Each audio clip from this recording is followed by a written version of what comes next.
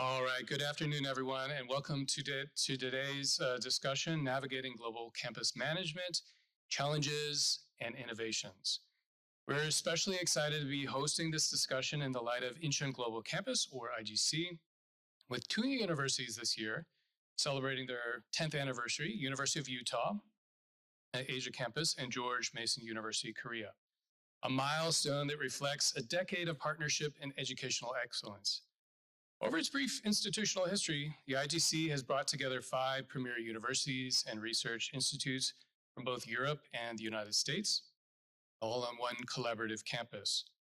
These institutions have not only created unique opportunities for students to engage in in-person classes, but also facilitated instruction in English, enabling both Korean and international students to learn from highly qualified professors and to earn undergraduate and graduate degrees from these distinguished institutions. Our panel today features leadership from 3 of these esteemed universities, the University of Utah Asia Campus, SUNY Korea, and George Mason University, Korea. These leaders bring a wealth of experience and insight into the complex and dynamic field of global campus management. They will share with us their perspectives on some of the most pressing campus challenges they face, challenges like regulatory compliance, cultural integration, and logistical coordination. But they'll also explore some of the innovative strategies that their institutions are using to strengthen their global presence and enhance the educational experiences for students across diverse locations. Among the topics we'll be discussing is the delicate balance between maintaining local autonomy while adhering to centralized control, ensuring consistency and quality across multiple campuses, and fostering a cohesive campus culture that brings together students and faculty from around the world. Our panelists will also turn their attention to one of the most crucial elements of global campus life, the student experience. They'll discuss how their institutions are supporting the diverse needs of both Korean and international students, and approaches they're using to create inclusive, welcoming environments for all. Through this discussion, we hope to shed some light on the incredible potential that global campuses hold in offering a truly unparalleled educational experience, while also acknowledging the ongoing work to build and sustain such institutions. Please join me in welcoming our esteemed panelists.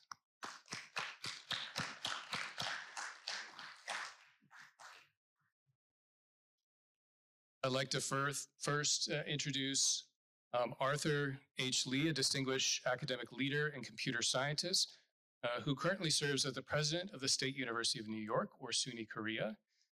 Dr. Lee holds a BS and PhD in computer science from our university, the University of Utah, and an MS in computer science from Stanford University. Throughout his career, he's held several prominent positions, including provost and senior vice president for academic affairs at SUNY Korea, W.M. Keck Chair of Computer Science at Claremont McKenna College, and Chair of Computer Science at Korea University. His impressive research experience includes roles at Xerox Palo Alto Research Center, Sandia National Laboratories, and SAP Labs. Dr. Lee's deep commitment to advancing the field of computer science and fostering international collaboration has been the hallmark of his career. We are honored to have him here today, and so please put your hands together for Dr. Lee.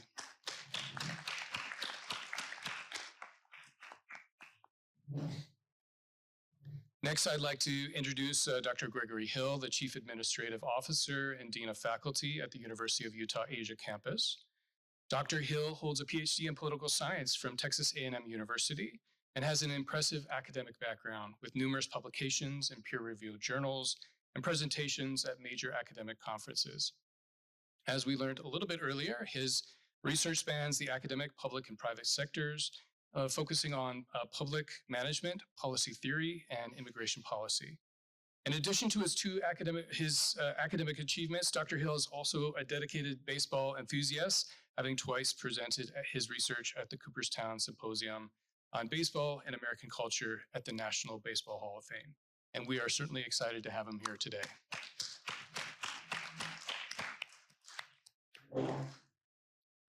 And finally, please welcome Joshua K. Park, the newly appointed campus dean at Mason, Korea, as of fall semester 2024.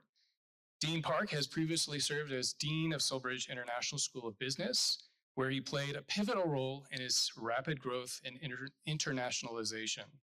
Under his leadership, Solbridge earned an AACSB reaccreditation and was featured twice in their Innovations That Inspire for its diversity and innovative programs. A Harvard Law School Juris Doctor and Pomona College graduate of psychology, Dean Park has also held strategic advisory roles and visiting professorships at top institutions, including Beijing Foreign Studies University and KEPCO International Nuclear Graduate School. His extensive experience in public policy, business, and debate is evident in his numerous publications and over 300 global seminars. We are thrilled to have him here on our panel today, so welcome.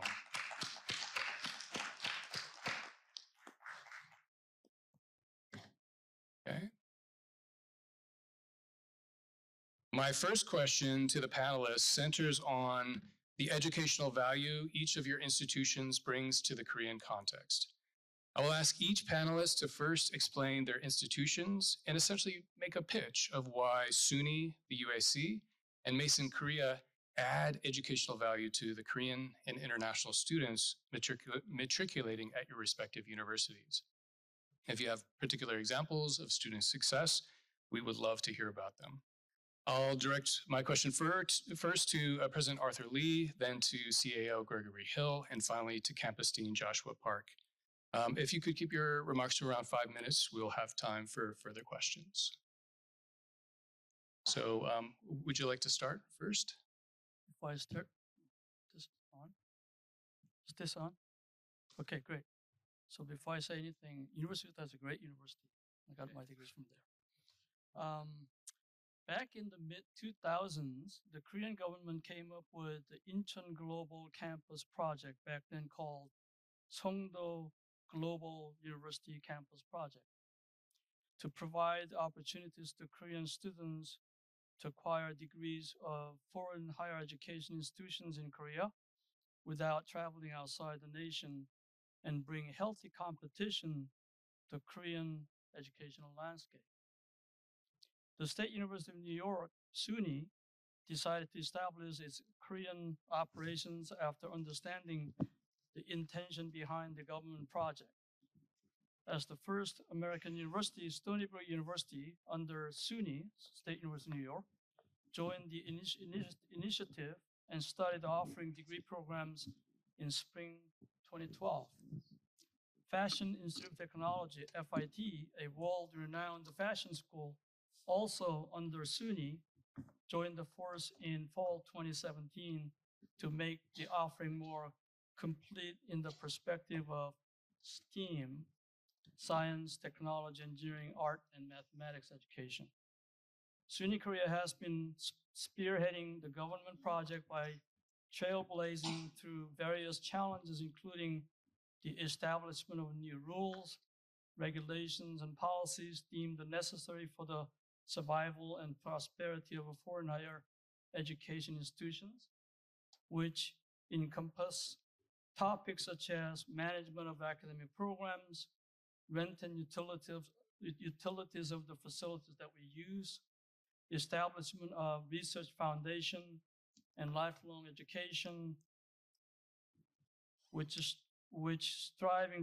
while striving to achieve the initial goals of providing global education to Korean students and making such programs competitive and rewarding in relation to domestic options so that talents from around the globe could be retained. I want to share a few facts about SUNY Korea now. It's the first American university with exclusively American education, established in 2012, so we celebrated our 10th anniversary about 2 years ago. As an extension campus of Stony Brook University, SBU, and added fashion as an extended, let me just restart again. As an extended campus of Stony Brook University and added the Fashion Institute of Technology, FIT, the world #1 school in fashion area in 2017. providing a world-class education to local students and STEAM environment, combining engineering, which is the main focus of the Stony Brook programs that we have, and then the art and the design part of the fashions. Both universities combined, the SUNY Korea's enrollment exceeded 1,000 students in spring 24 and has the largest foreign student body among the IGC universities at the moment. Our students, Stony Brook students, have to spend 1 year on the main campus during their undergraduate study. Our faculty to student ratio is about 1:9 on the SBU side and about 1:6 on the FIT side as of fall 24 this semester. We also promote diverse student and faculty staff body. So historically, we have attracted students from about 69 countries around the world. We also provide affordable net price, including tuition fees, housing, and meals.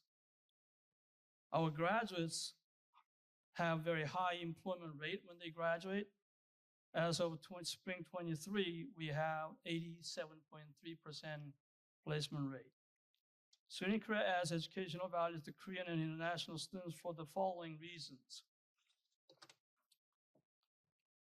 SUNY Korea is a bridge between South Korea and the rest of the world, as we believe the strength and success of a cross-border education model originates from seamless localization and strategic partnership. It produces for the benefit of all who view South Korea as a study and research location. I thought he was telling me that I'm over time. Yeah. I'll take a little less later on. And okay, no worries. Yeah. Okay. We want to hear from you. SUNY Korea has a mission of nurturing talents with the interdisciplinary understanding who not only sound smart, but also able to work with others to solve problems of our times. STEAM, education in SUNY Korea empowers students to think critically, solve complex problems, and approach challenges with creativity and empathy. Now, STEAM education breaks down the silos between disciplines, fostering an environment where students can exercise both sides of their brains simultaneously. This holistic approach prepares our youth not just for specific careers, but for life itself, equipping them with the skills to navigate an ever-changing world. Now, I want to say a little bit about the company called Apple, which was started by Steve Jobs and Steve Wozniak. Steve Jobs is not an engineer. Steve Wozniak was an engineer. So they brought two different kinds of people together and formed a company called Apple. Now, this is just one example. There are other examples like Microsoft, Bill Gates and Paul Allen, and then Facebook or Meta, Mark Zuckerberg, with the three of the founding members whose name I don't remember, but I just Googled today and found out that they studied economics, another studied the history and English literature. So being able to combine these two different areas in your problem solving and education, and that's what we're trying to do in SUNY Korea, bringing engineering focus to Stony Brook University, as well as the fashion design kind of school, art school, into the main campus and be able to work together, not only among the students, but also the faculty members as well. Now, another big point that I would like to share is that, remember, Ambassador O mentioned about sharing Korean prosperity with the rest of the world, Korea becoming a donor country from the recipient of the world help and so on. The founding president of the SUNY Korea had this exact same idea, and we call the Share the Prosperity. And Share the Prosperity is one of the university's core values. And since inception, the university has been recruiting students from all around the world, especially the developing countries. SUNY Korea is dedicated to educating them with the world's best education while sharing the Miracle of Han River. That's the river flowing in the middle of Seoul City, which has shot South Korea to become an economic powerhouse in the world. Following the Korean War in 1950 to 1953, that war lasted for 3 years. South Korea transformed from one of the least developed countries into the developed country, as you see these days. SUNY Korea provides a learning as a leading American education for students from developing countries whom we wish to inspire by teaching about the history and experience of Korea's tremendous growth. So we have this thing called the Share the Prosperity Scholarship. It's a scholarship that we provide to students coming from developing countries. It's a 4-year scholarship. They don't have to pay a dime. In fact, they don't even have money to spend, so we actually bring them with 100% educational costs, including spending money. We brought usually about 15 to 20 students per semester before the pandemic. Now it's gone down to a little bit smaller, and we're trying to bring it back up and grow even further. While doing so, the campus becomes a truly diverse and inclusive community where students learn from one another with the differential cultural and social backgrounds. You mentioned something about some examples of student success. Many of our graduates have moved on to prestigious grad schools, including Columbia, Cornell, Stanford, Vanderbilt, Carnegie Mellon, etc., and world-renowned companies such as Google, Microsoft, Facebook, or Meta, Amazon, Deloitte, Morgan Stanley in the United States, and Samsung and LG in Korea, to name a few. That's my short 5-minute introduction. I'm sorry that I took extra time. Arthur, no problem. Thank you. I stole one. Yeah, thanks. First of all, let me just acknowledge how great it is to be up here with my colleagues. These, if you think about what the Incheon Global Campus is trying to do, we've taken 5 universities and put them in the same physical location. And we're all engaged in promoting our own universities, but at the same time, trying to work collaboratively to provide the wraparound support that these students need.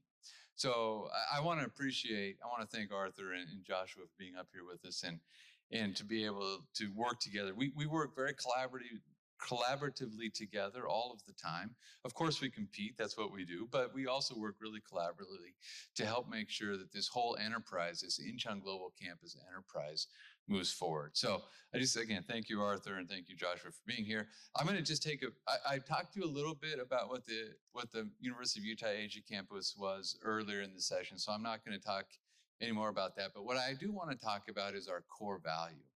And one of the core values for the University of Utah is global citizenship. So what we're trying to accomplish at the Utah Asia campus is the integration and sort of deep core value of global citizenship. And one of the tools that we're using to make that happen is the concept that we call 1U,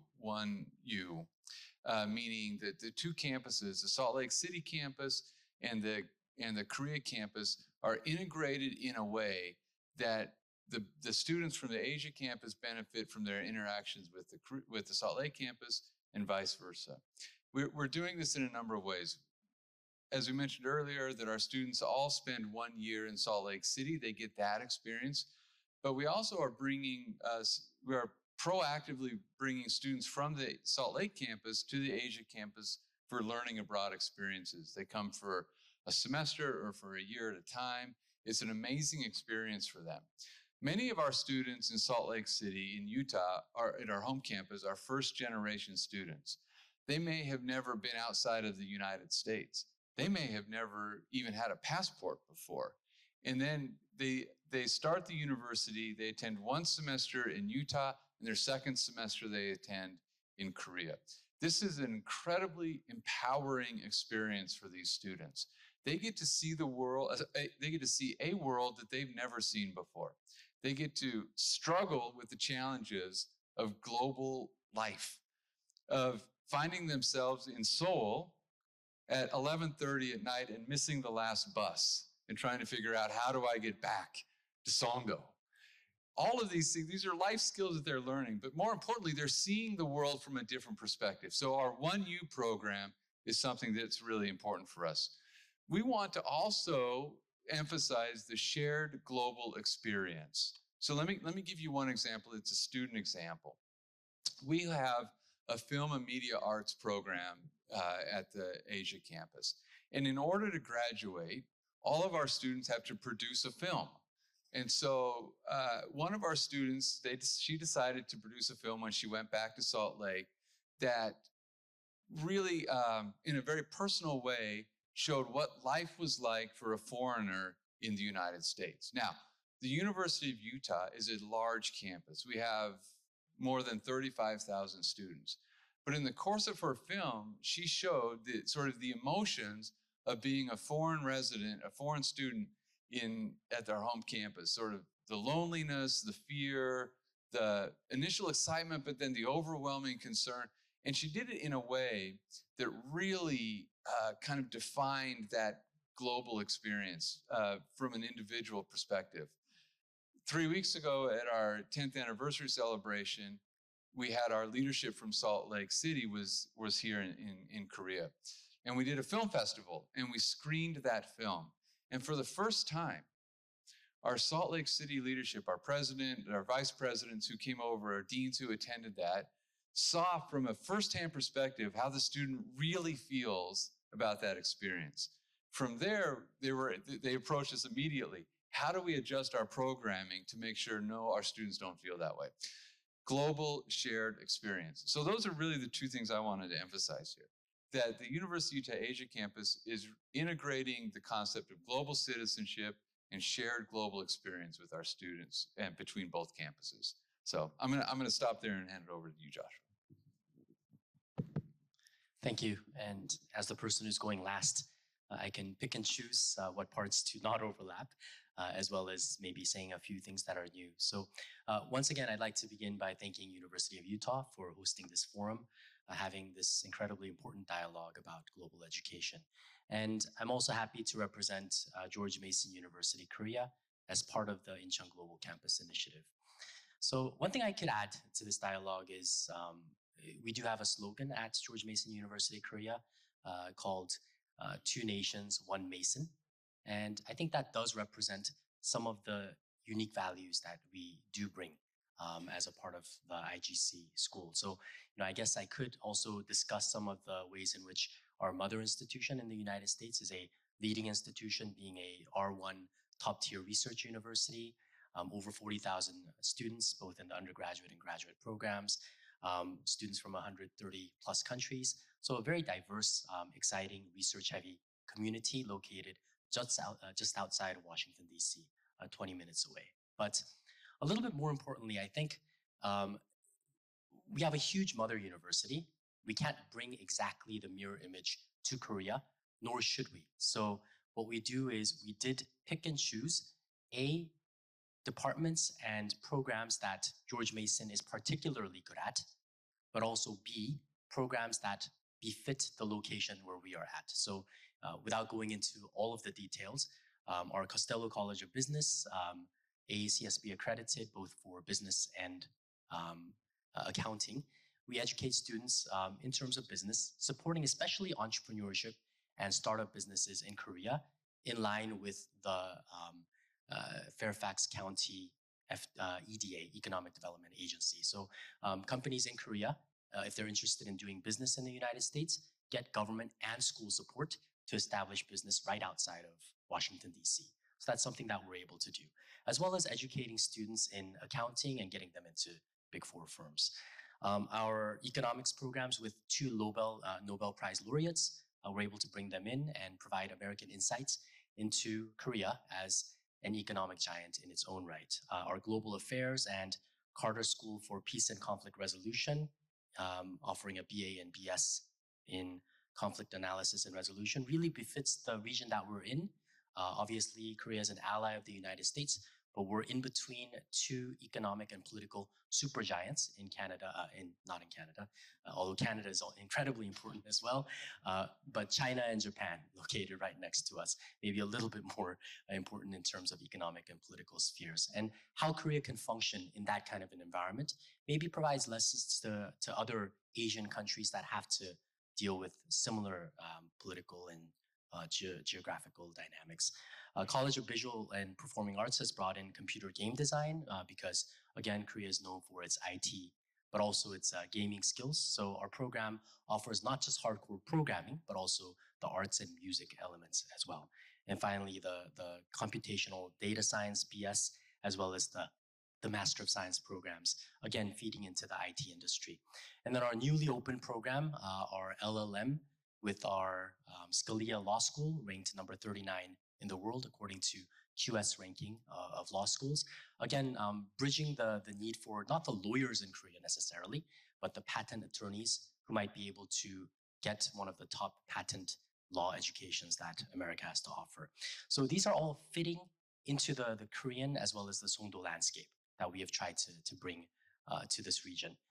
But for those of you who are from other countries, especially your students or your faculty members being able to collaborate with us, our location, particularly in Songdo, I think is a definite advantage. Songdo, this area, is a smart city, one of the first in Korea, that was designed particularly with technological as well as ecological benefits in mind. So one of our colleagues from Indonesia mentioned Nusantara, the new capital of Indonesia being built, oftentimes does benchmark smart cities like Songdo to see how they can take care of the large population that will need to reside there, as well as not destroying the environment in the area. So in that way, I think we're able to bring some of the best aspects that our international students can experience, as well as providing both Korean and international students the American high quality education. Okay. Okay, thank you, panelists, for those great insights.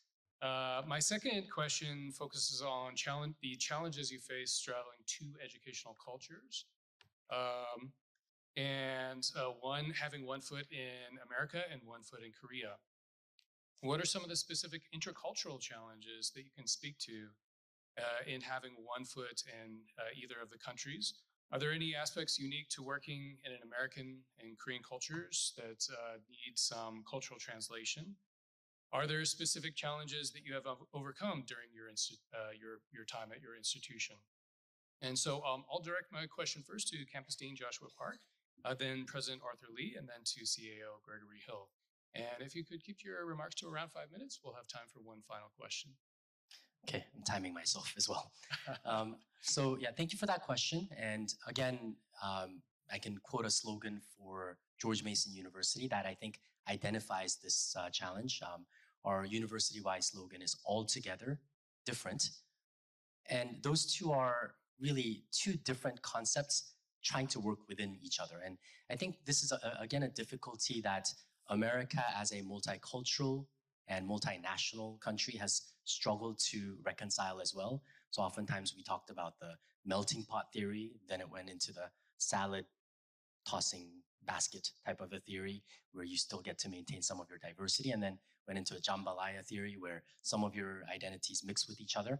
But I'd like to use maybe a Korean dish instead, bibimbap, delicious, where you, again, get to mix a lot of your identities, but also maintain some of the different flavors as well. And I think that's what we try to do in terms of the challenges. So of course, differences between American concept of education, where a lot of critical thinking and creativity is really emphasized, especially from your younger years, versus a little bit more I wouldn't say rote traditional lecture method, but certainly much more structured education system that Korean students are coming from, but also embracing the challenges of an international student population. So we have students from over 20 different countries, all of the religious, cultural, educational backgrounds that they bring. All of that's a part of being a global educational institution in Korea.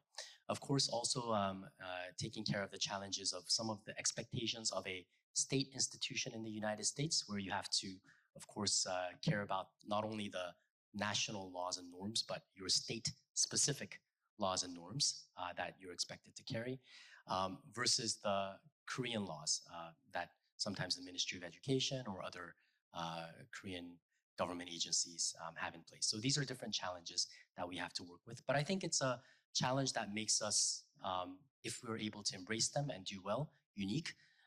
Sometimes schools, including many Korean schools, go towards uniformity because it's much easier and there are less conflicts. But if you're able to overcome conflicts and embrace diversity, like our schools are able to do, that's where you're able to bring innovation in a disruptive and sometimes uncomfortable manner, but ones that produce really beautiful outcomes. So many of the things that I have in my list they have already talked about, so I'm gonna just add a few things. One of the things that when I first came to SUNY Korea about 9 years ago was that the classroom experience was so different coming from the States. I used to teach at Korea University, which is in Seoul. SUNY Korea classroom was not that different in that the classroom is very quiet because the majority of our students are from Korea. That's just cultural difference, I think. So as an instructor, you're not, see, I'm a computer science, I'm teaching computer science. Computer science is a very exciting subject, right? And you're teaching this very quiet class, and you sit there, these students will sit there the entire hour not asking any questions, just staring at you. And that's the kind of classroom environment that I was facing every day. And also another difference is that in Korea, to go to college, you study entire time from your elementary school until senior in high school to go to college, and you prepare so much to get to the university you want to go to. Once you go there, like when I was in Korea University, I realized once you get there, they think that I'm already here. So I'm going to take it easy now. And then you don't really study that much in your first year in college, right? Now, SUNY University, the program that we run, these are engineering programs. Computer science, mechanical engineering, you get the idea. Our educational program runs very rigorously from the very first semester. So now we are fighting this cultural difficulty with facing students who don't really want to get into it at the very beginning. They're basically saying, I'm here and I want to take it easy for a while. And yet you as an instructor, you have this obligation or educational goal that you want to achieve during that semester, right? So that's one of the most difficult things that I have to experience as an instructor. And then later on, as I held other positions like provost and the president, I also realized that this is something that I have to worry about. It's something that I want our faculty to worry about all the time. So what did we do? We asked each department chair to identify the best teacher possible to teach the very first semester of any major in the entire university. That's one of the most difficult things that we had to face and overcome. We haven't quite figured out yet how to deal with it because we face this every year. In fact, every semester, because we admit students every semester, right? So that's one of the most difficult things that we have faced. We're still fighting, as I said. Now, remember we talked about bringing international students into the mix? One thing that I noticed in my classroom is that when we brought in these students from other countries, for some reason, Korea is quite unique in that, because when we bring students from Africa, Central Asia, Southeast Asia, these students are not like that. They ask questions, they are very interactive. So there's something quite different about Korean culture, I thought. And now, so we are more motivated to bring more international students into our mix. So that's one of the reasons why we try to go out and trying to bring as many international students into SUNY Korea. Now, Korean population is decreasing right now. You might have heard about this phenomenon in Korea. I think right now it's like a 0.7 for every female population we have in the state, in the country, right? I think not one of the, that's probably the lowest of all the OECD countries. So we now are fighting the population decrease, and yet we have to recruit students.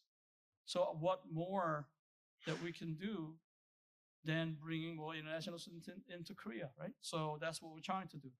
That's one of the things that we struggled, that we're still struggling, but we're working very hard. I have a list of other things in terms of challenging so on. I mean, recruiting international faculty, because we try to bring in as many international faculty as possible.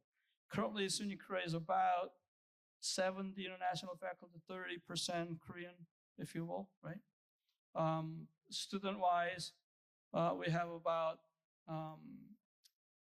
at one point, our international student population was, when it was high before pandemic, was about 27%. It went down to about 15 now. We're trying to bring it back to 50, because our original goal was 50-50, right? That's what we're trying to do. Dealing with the local government is something that we also have to, he was agreeing with me, we have to deal with all the time.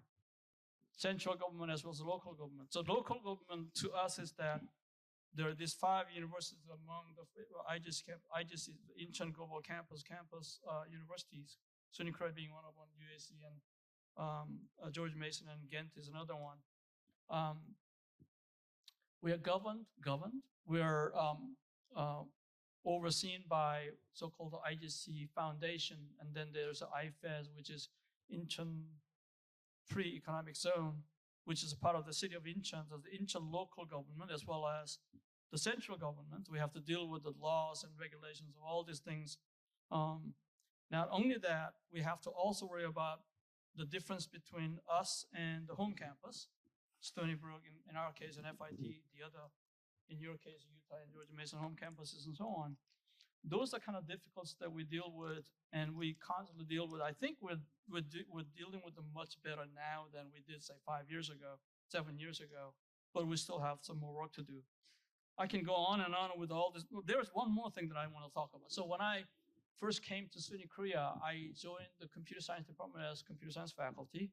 I was also the department chair. When I was coming here, I thought, well, okay, my specialty areas in computer science is database systems and programming languages. Okay, I'm teaching one undergraduate database system class and one graduate programming language class. My life is set. The very first semester, the students who went to Stony Brook took a computer science 220. 10 students of SUNY Korea students went there. 9 of them failed. 1 withdrew. Now, our students were not that bad. Okay, these students who eventually graduated, and they're all doing beautifully now. They went to grad school, they got a job, and all of that. It's just that the culture shock, maybe, that's one reason, of going to main campus. So because of this experience, now we care so much about, we pay so much attention to what we do, the way we educate our students here, as well as what to expect when they go to main campus, right? So now we have monitored how our students do when they go to main campus. In fact, the data shows that our students now are actually doing better than average of the main campus students. So that's the kind of difficulties that we faced and overcame. And there are many other things that I have on full page of list, but I'm not going to have more time. So that's just to give you an idea of what the kind of things that we're dealing with, being here as an extension campus of the main campus. Thanks, Arthur. Okay. Yeah, I mean, I agree with both of what my colleagues have said. The other main thing, to be honest, one of the other big challenges we have culturally is integrating our students. We've got, the reasons we have this challenge is varied, but you have students from many different cultures who speak many different languages.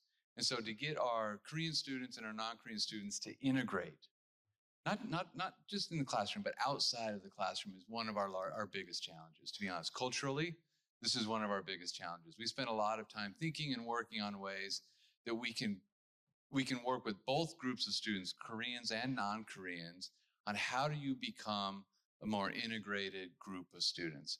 Everything done on our campus is done in English, from the recruitment process to the graduation process. If you come to campus, any official conversation you have will be in English, but you will also hear Korean, and you will also hear Mongolian, and you will also hear our Filipino students speaking their native language. And so our hope is that over time that we can integrate that into a common language, recognizing that it's important to maintain your own cultural identity, but you should identify as a student at the Utah Asia campus. Not only are we working with the Korean students to speak English more, for example, just because they're our largest group, but we're working with our US students to recognize that you are a guest in this country. You've chosen to come here. Let's put forth as much effort as we can to embrace this part of the culture too. So that, in addition to what you guys have said, I feel like that's one of our biggest cultural challenges. Okay, thank you so much for those insights. I think we have time for one more question if we keep our answers a little bit short. So my third question for the panelists asked them to become fortune tellers of this growing trend of global campus education. What are some of the trends you believe will become important for sustainability and growth of your own institutions and more broadly? Are there any limitations to the way global campuses could expand here in Korea? What do you think will be some of the most important trends that global campus administration, faculty, and perhaps even students will need to contemplate and act on by the time we reach our 20th anniversary? I'll direct the question first to CAO Greg Hill, then to Campus Dean Joshua Park, and then President Lee. And I think we have maybe 2 or 3 minutes. Yeah, thanks. Thanks, Hugh. Listen, higher education is going to look different 5 years from now than it looks today. I mean, it is no secret that the pool of eligible college-age students is on the decline, not just in Korea, but in the US and everywhere else, most everywhere else. And so we have to figure out what does university look like? How do we fund it? How do we provide the most valuable experience that our students can embrace? So part of the answer to this is how are we going to frame ourselves to be globally competitive? In other words, what are we going to offer? And we've talked a little bit about this. So that's strategy number one that we're going to have to think about. And furthermore, like what you see on our campus today is not what you're going to see 10 years from now. The way we offer and provide education is not, I don't know what that is yet for sure. We have some ideas. They're trade secrets, so I'm not going to tell them in front of these guys. But we have some ideas on what we want to do as we grow and change. But the one thing we do know is we're not doing it the same as we've always done it. And so that's I think one of the most important things. For our students and faculty, staff, but primarily for our students, they have to be ready to embrace change. If you come to our university and you want to do it like you've always done it, or maybe how your parents did it, or it's just not going to happen. I mean, there's things we can't control. Artificial intelligence is changing the way we provide education in every piece of the puzzle. There's nothing that we do that doesn't include artificial intelligence. Are our faculty ready to embrace artificial intelligence as part of our curriculum, as part of our teaching pedagogy? Are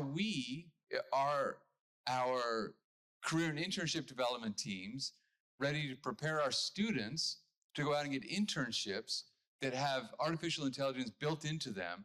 So then when they hit the ground run, when they graduate, and these businesses are saying, hey, we're hiring your student, we think they should be prepared with artificial intelligence. Are they ready to go?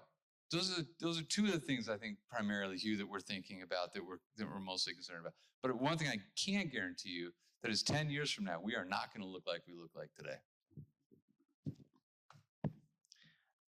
I'll add a little bit to what Greg has said, and it'll be around 2 themes. One is internationalization, and I think my colleagues have already discussed this. This is definitely a direction that global campuses in general, but particularly the universities that are located in IGC, will be going forward. And I think if you look at the screen with George Mason, you see on the left-hand side, welcome in various languages. I think those languages and more will be represented at not only ours, but all of our campuses. And again, this is both a push and pull factor, right? We've already mentioned that Korea is #1 in terms of declining population, or birth rates at least. And what that does mean is we can't just rely upon the Korean students here.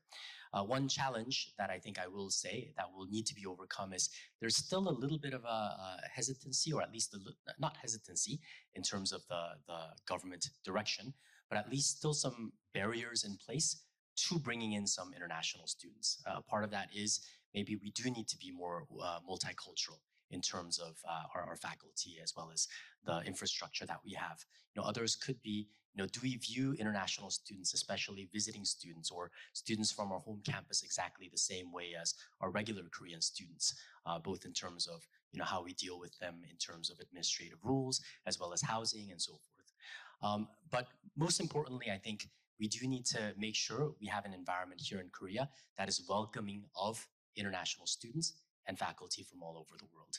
Secondly, and again, Greg has already gone into this, Industry 4.0. So I think this is even more significant now with the AI flooding influx that we see everywhere. And in that way, I think we have to be able to be competitive with both online and AI-based information provision, and MOOC courses offered by places like Google or Apple are the degree programs that we're providing, the education that we're providing with our professors in the classroom, competitive with them. Can we provide stackable micro-degree type of programs that maintain relevancy in the industry, as Greg has mentioned? But I think the overall differentiating factor that we will need to bring, it's not just the education or training at a technical level. What kind of in-person cultural experiences can we bring that is distinct and cannot be brought even through the metaverse, right? Bringing students to Songdo, having them experience Korea, meeting with students from 20 different countries. My previous institution, 86 different countries where we'd like to hopefully go to. Not mostly Korean, but mostly international around us. I think that's the kind of experience that you can have that is very, very unique, that can't be brought through even with AI. So I think that's the direction that we're going in, and maybe that is a trade secret, but I think all of us know that, and that's the direction that we're all moving in. Okay, by 2 minutes. My first thing on my list was AI and digital transformation. I'm not a fortune teller, so I won't be able to tell you much about the future. But I think the core structure of the university that we run right now, I don't think it's going to be that different.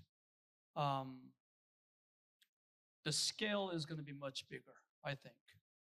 Now, the curriculum that we run in engineering, business management, or fashion design and so on, I'm sure it will improve over time, but I don't know how much it will change. I mean, computer science hasn't changed that much since 30 years ago. Now, AI, ChatGPT, and all of that will influence us, but even then, I don't think it's going to change that much. So the core curriculum may not change that much. I think other things that will change will be more like, how do we interact with the students? How do we deal with the students? How do we bring students? What's going to be their daily life going to be? How the lifestyle or the way they live and so on and so forth.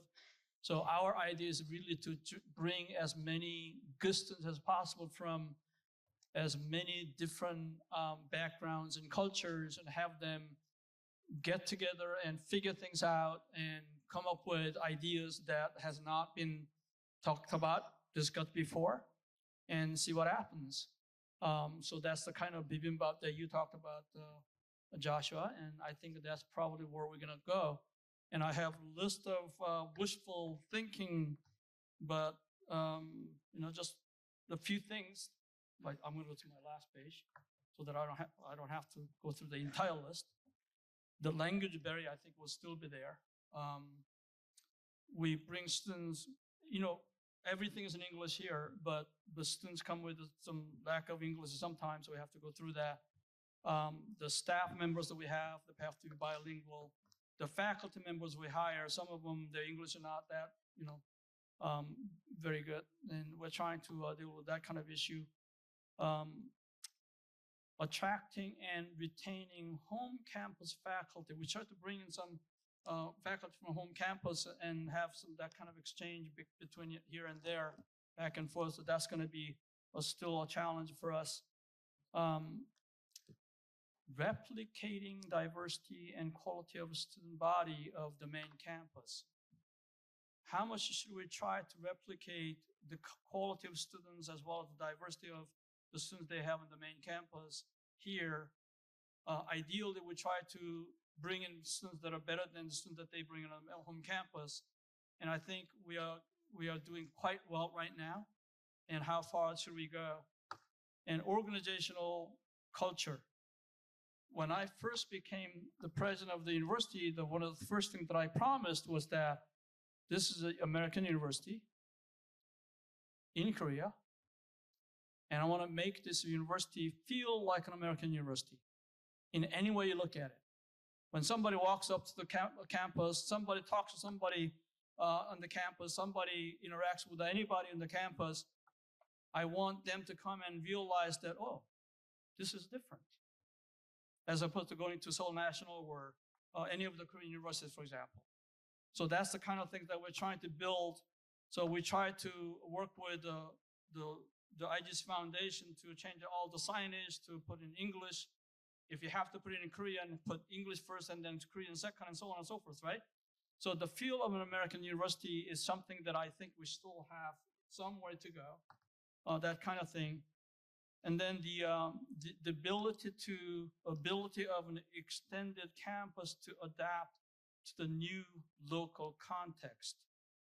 We still have to fight the local context, the differences. Now, remember we talked about dealing with the local government, central government. We have a very good understanding of what they want and how they behave and how they work and so on. It should be two-way street. We want them to understand us as well. And there is a long way to go there. I'll stop there. Okay, thank you so much. I wanted to thank our three distinguished panelists for their valuable insights and for the time they've taken to spend with us here today. Let's give them a nice round of applause. I think we have about 9 minutes, and I would like to invite anyone from the audience to ask questions to our panelists. If you feel comfortable, maybe introduce yourself and where you're from, and if you want, direct it to one of our panelists. Free to raise your hand.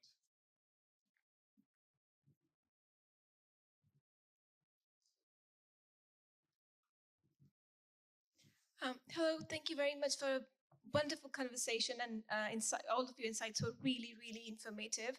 My name is Vajiha Aisha. I'm a lecturer in curriculum design at the University of Melbourne, so I'm going to ask a pedagogy-related question.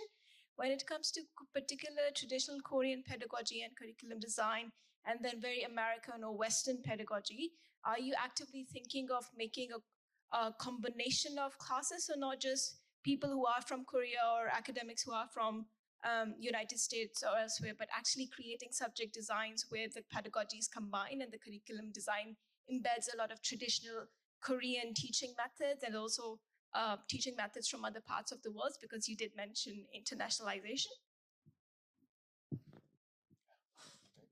Yeah, thank you for that question. Great. Structurally, the way we're designed is that all of our curriculum is the same curriculum offered on our main campus. And so if you pull a syllabus from our class today, from a class offered on the Asia campus, the equivalent is the same as on the home campus, or something very close to it, within the sort of space where faculty can develop their own.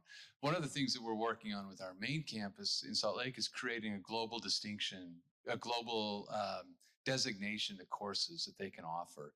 And so actually what we're really trying to do is get our home campus to recognize that if they can create a global distinction, somehow a certificate or some sort of a micro-credential that is built into the graduation requirements for their department, then they can send students back and forth. We can send students between campuses very, very easily. But the other thing that we do, though, however, is we allow our faculty to integrate their own cultural experiences and perspective into the courses. So it does make that unique global perspective. Each of us have some faculty sort of scattered around through here, so you should grab them afterwards and see what they do. But we need to maintain sort of the integrity of the curriculum as it stands, because all of our faculty, and I think you guys are similar, but all of our faculty are hired and appointed and managed as members of their home departments, but with their own sort of academic freedom to use their traditions, their values, their experiences from their own cultures and so on. But we are very clear that what we're teaching is University of Utah curriculum. It's not designed as a Korean curriculum would be designed, but it's designed as a University of Utah curriculum. And let me maybe supplement what Greg said. I don't think this means we're colonial in mindset, saying that American way is best. Anything that Korean teachers or Korean educational institutions provide is second class by any means. I've worked closely with a number of Korean educators, and I think we're able to bring a lot of their pedagogical elements into the classroom. And both in terms of it's the same at George Mason University. We offer the same curriculum. But if we are able to develop a particular curriculum in Korea, let's say K-pop management, that the home campus is not able to bring, they also reflect it in their curriculum as well. And they're able to either offer it there or send students to our campus to take that course. And it's a good reason to come to Korea instead of just being in the United States. I keep talking about food, but my president in the United States, not the US president, but George Mason president, Gregory Washington, uses the analogy of McDonald's or KFC in any particular country. It's still McDonald's or KFC, but if you're in Melbourne or if you're in Indonesia, if you're in Korea, there's a little bit of a different flavor, or you have some specific elements of that. And I think that's the kind of difference that we bring, and I think that's an allure that we're able to bring while maintaining the Mason spirit. I just wanted to add one more comment, that is, these are extension campuses. So just assume that this is just another building of the main campus that happens to be sitting in Korea. So our curriculum is exactly the same. The diploma that they get is exactly the same. And our goal is really to replicate what they would teach or how they would do in terms of teaching and research and so on and so forth. Beyond that, the pedagogy itself in a classroom, the instructor can choose to use whatever they feel is the most effective, right? If they learn something from Korean pedagogical ideas, they'll bring them into classroom. The bottom line is that we use the same syllabus, same content of the course. The delivery of the lecture may be a little different. Yes. We all buy into the academic freedom model, so. Okay, thank you so much. I think we may have time for one more question if there's a question in the back. Question? Thank you for the presentation and this panel discussion. This is Rosa Aksu. I'm a research assistant. I work in different institutions. My field is adapted physical activity and innovation. I really like the last answer, actually, giving the sample of McDonald's and KFC, how it's being giving the different taste from the regional, because they are trying to make it familiar to your taste in each country. It's a very good sample, very good answer. From that, I would like to ask if you could elaborate a little bit about the accessibility features inside the campuses, especially when we see that you are in an environment with smart features and technopark and everything here. So how accessible and how you are using the innovative technologies to provide these diverse features for the students with disabilities, maybe. Thank you. So I can start. So I'm glad you like the food example, and I guess we'll make sure that the KFC and McDonald's are edible and accessible for all of our students. So in terms of IT and AI, I think that's something that all of us are very concerned about and very excited about at the same time. And we do want to make sure that it is accessible to all students. So on one hand, we have a chief AI officer at our main campus to make sure that we're taking advantage of the main new thrusts and new developments, and we bring in everything that they're able to develop into our own campus. We also have IT and AI officers of our own that are able to access the Korean AI and IT facilities. But if you are asking about disabilities and students who do have different needs, we're an institution that is not shy about our commitment to DEI. So we're committed to diversity, equity, and inclusion. And that also includes making sure that all of our students have access to whatever educational opportunities are offered either at the United States or in Korea, both in terms of finances, making sure that the tuition that is being paid here is the same when they go to the United States. I think that's something that Utah has as well. But also making sure that students who do come from different cultural or religious or language backgrounds, for example, like Arthur mentioned with different English proficiencies, we offer a different MK Way program for them to get into the education that's offered. One of the other things that we do some shared services between campuses. So for example, Mason and in Utah share some mental health services. We hire and share mental health services. We have a shared library on campus. So we have some shared services that we all do together, which I think is really nice. And I think the other thing that's emerging with respect to how we can support people with disabilities, or even students whose English isn't necessarily where we expect it to be or needs to be successful, is through these AI technologies that are coming forward. I mean, I envision in a couple of years that we could have. I mean, if we think our Google Translate's pretty good now, I mean, imagine 6 months from now, even a year from now, how good it's going to be. And so I feel like that language barrier piece is going to go down actually with technology. That's going to allow us to push forward with our global recruiting. So that has me really excited. Okay, I just want to once again thank our panelists today. Let's put our hands together for a great discussion.